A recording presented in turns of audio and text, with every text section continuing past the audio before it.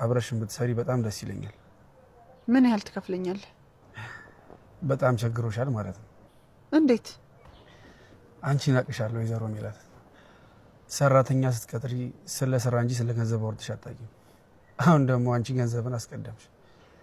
ይሄ ደግሞ የችግርሽን መጠን ያሳያል። እዩኤል፣ ከምነግርህ በላይ ገንዘብ ያስፈልገኛል። በጣም ገንዘብ ያስፈልገኛል። አረ ችግር የለውም። አሁኑን የፈለግሽውን ያህል ገንዘብ ልሰጥሽ እችላለሁ። ችግሬ ምንም ያህል ግዙፍ ቢሆን የማንንም እርዳታ ግን አልፈልግም። አንቺ እኮ በችግሬ ጊዜ ደርሰሽ። ወይዘሮ ሜላትን ጠበቃው አስፈራራት። ሰነዱን ሙሉ ስጪ በማለት ሊያስፈራራት ሞከረ። ወይዘሮ ሜላት ግን በፍጹም አልሰጠም ሰነዱን አለችው።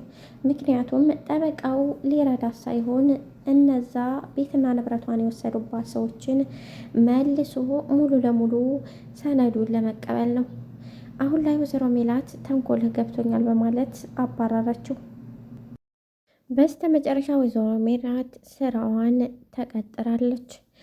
አዩ አሁን ላይ ሰነዱንና ድሮ ስትሰራበት የነበረውን በማርኬት እያንዳንዱ ነገር አስረከባት። እሷም አንዳንድ ነገሮችን ስታይ በጣም ብዙ መስተካከል ነገር እንዳለ ያየች ይመስላል። ሰላም ሰላም የቻናሌ ቤተሰብ፣ የቻናሌ ላይክ ሰብስክራይብ በማድረግ ቤተሰብ ስለምታደርጉኝ በጣም አመሰግናለሁ። እባካችሁን ላይክ ሰብስክራይብ እያደረጋችሁ አበረታቱኝ። ወይዘሮ ሜላት በስተ መጨረሻ ከብዙ ድካም በኋላ የበፊት ሰራተኛዋን አግኝታ አሁን ላይ ባለ ድርጅት ሆኖ እሷን አስቀጥሯታል። ነገር ግን ምንም ቢሆን ስራ መስራት አለብኝ በማለት ነበረ መጀመሪያ ላይ የቤቱ ሰራተኝነት ሆና ተቀጥራ የገዛ ሚስቱ በጣም ስቃይዋን አብዝታው ነበር። ነገር ግን ሁሉም ነገር ለኸይር ሆኖ የድሮ ሰራተኛዋን በማግኘት አሁን ላይ እሱም በጣም ማርኬቲንግ ኃይለኛና ጎበዝ ስለነበረች እንዲቀጥራት እንዲሁም እሱ ጋር ሆና አብራ እንድትሰራ አዘዛት። እሷም በጊዜው በጣም ተናዳ ስለነበረ በፍጹም ከፊቴ ጥፋልኝ ነበር ያለችው። በሌላ በኩል ውዶቼ እንግዲህ እንደምታውቁት ቤትና ንብረትሽን እመልስልሻለሁ እያለ የሚከራከረው ሰነዶችንና አንዳንድ ነገሮችን ስጭኝ እያለ ሁሌ ቤቷ የሚመላለሰው አሁን ላይ በጣም ተንኮለኛና እነዛ ቤትና ንብረቷን የወሰዱባት ሰዎች እንደላኩት አንዳንድ መረጃዎችን ለማጣራት ችላለች። ለዛም ይመስላል ወይዘሮ ሜላት ተናዳ ከቤት ይወጣልኝ አለችው። በእርግጥ ሰነዱን አልሰጠችውም። ነገር ግን ጥርጣሬዋ እውነት በመሆኑ የሆነ አንዳንድ ምልክቶችና አንዳንድ ነገሮችን ለማየት ጥራለች።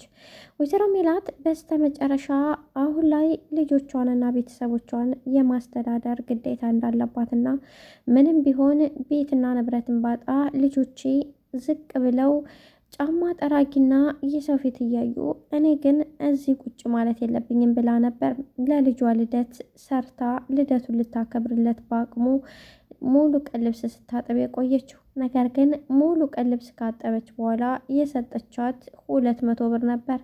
በጣም ደንግጣለች። ይህንን ስታይ ያላሰበችውና ያልገመተችው ነገር ነበር ያጋጠማት። አሁን ወይዘሮ ሜላት አዩብን እባክህን ምን ያህል እንደምትከፍለኝ ንገረኝ ብለው ነበር። እሱም ምን ያህል እንደምከፍልሽ ከጠየቅሽኝ ገንዘብ በጣም ተቸግረሻል ማለት ነው አላት። እሷም ምን ለማለት እንደፈለግ ልትነግረኝ ትችላለህ በማለት ጥያቄውን ቀጠለች። እሱ ስራና ስራ እንጂ የገንዘብ ችግር እንደውም ምን ያህል ትከፍሉኛላችሁ ማለት እንደማይቻልና አንቺ ጋር ስራ የሚሰራ ጠንካራ ሰው እንደሆነ መረሽ ስለማቅ ይሄ ማለት በጣም ገንዘብ ተቸግረሻል ማለት ነው አላት።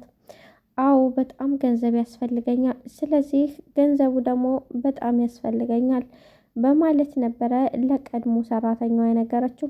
እሱም ምንም ችግር የለውም የገንዘብ ችግር ወይም የገንዘብ ነገር እኔና አንቺን ሊለያየን አይችልም። አንቺ ብቻ ስራውን ተስማምተሽ ከኔ ጋር ለመስራት ሞክሪ እንጂ የገንዘብ ክርክር ምንም አያደርገንም በማለት ነበር ምላሽ የሰጣት።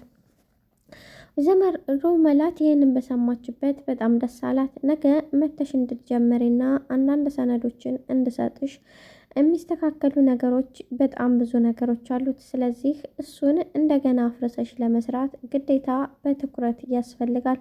ለዛም ነው ነገ መተሽ እንድታዩ ያልኩሽ በማለት ጥያቄውን ቀጠለ። እሷም ምንም ችግር እንደሌለባትና እንደምትመጣ ነገረችው። ከዛ በፊት ግን አንድ ነገር ላስታውሳቸው የኔ ውዶች፣ የቀድሞ የወይዘሮ ሜላት ሰራተኛ ባለቤት ሲያገባ ባለቤቱን ይችን ልብስ አሳጥባ ገንዘቧን የቀማቻትን ሲያገባ ሙሉ ወጪውንና አልጋ፣ ቁምሳጥን፣ የተለያዩ ነገሮችን ያሰራችላት አሁን ላይ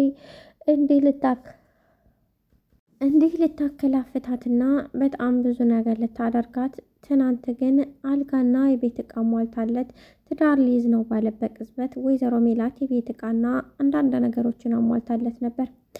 እንዲሁም የሆነ ጊዜ ነግሯታል። አንዴት አለቃችን ናት ሙሉ የቤት አልጋና ላገባ ነው ስላት ይህንን ያደረገችልኝ ብሎ ነግሯት ነበር።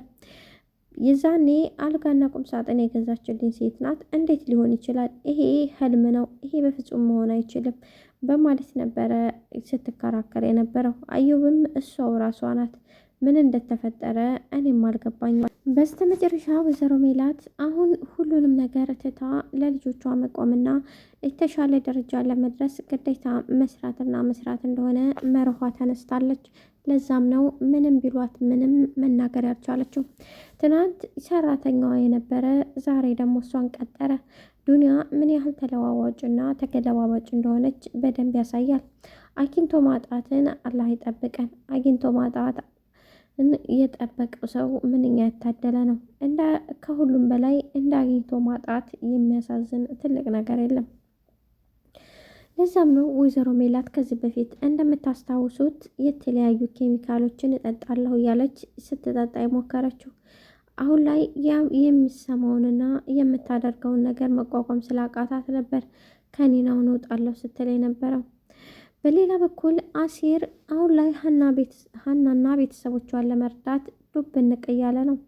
ምክንያቱም ሀናን ምን ያህል እንደሚያፈቅራት በደንብ ጆሮ ስለሚያውቅ፣ ጆሮ ደግሞ ሀናን ጆሮዋን ይላታል። እንዲሁም ድንብላል ወንድሟ ከከተማ መጥቶ ወይዘሮ ሜላት ቤት አርፏል። ወይዘሮ ሜላትን እኔ ይዤ እወጣለሁ ብላ ነበር። ነገር ግን በፍጹም አንቺ እኛን ትተናት አንሄድም ብለሽ ቁጭ ብለሽ እኛ ደግሞ ወንድምሽን ልናባራ አንችልም። ይሄ አግባብ አይደለም። እዚሁ የተቸገርነውን ተቸግሮ የበላነውን በልቶ እዚሁ ይቀመጣል። የትም አትሄጂም፣ የትም አትሄድም በማለት ወይዘሮ ሜላት ተናገረች።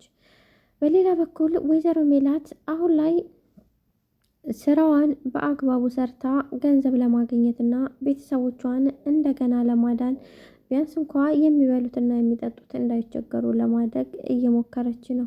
ምክንያቱም ይሄ ትልቁ ነገር ነው። የሚበላና የሚጠጣ እንቸገራለን ብሎ ማንም አያስብም። በስተ መጨረሻ ወይዘሮ ሜላት ተቀጥራ ልትሰራና ሁሉ ነገር ልታስተካክል በራሷ ውሳኔ ወስናለች። ውድና የተከበራችሁ ቻናል ቤተሰቦች ቻናሌን ላይክ፣ ሰብስክራይብ አድርጉ።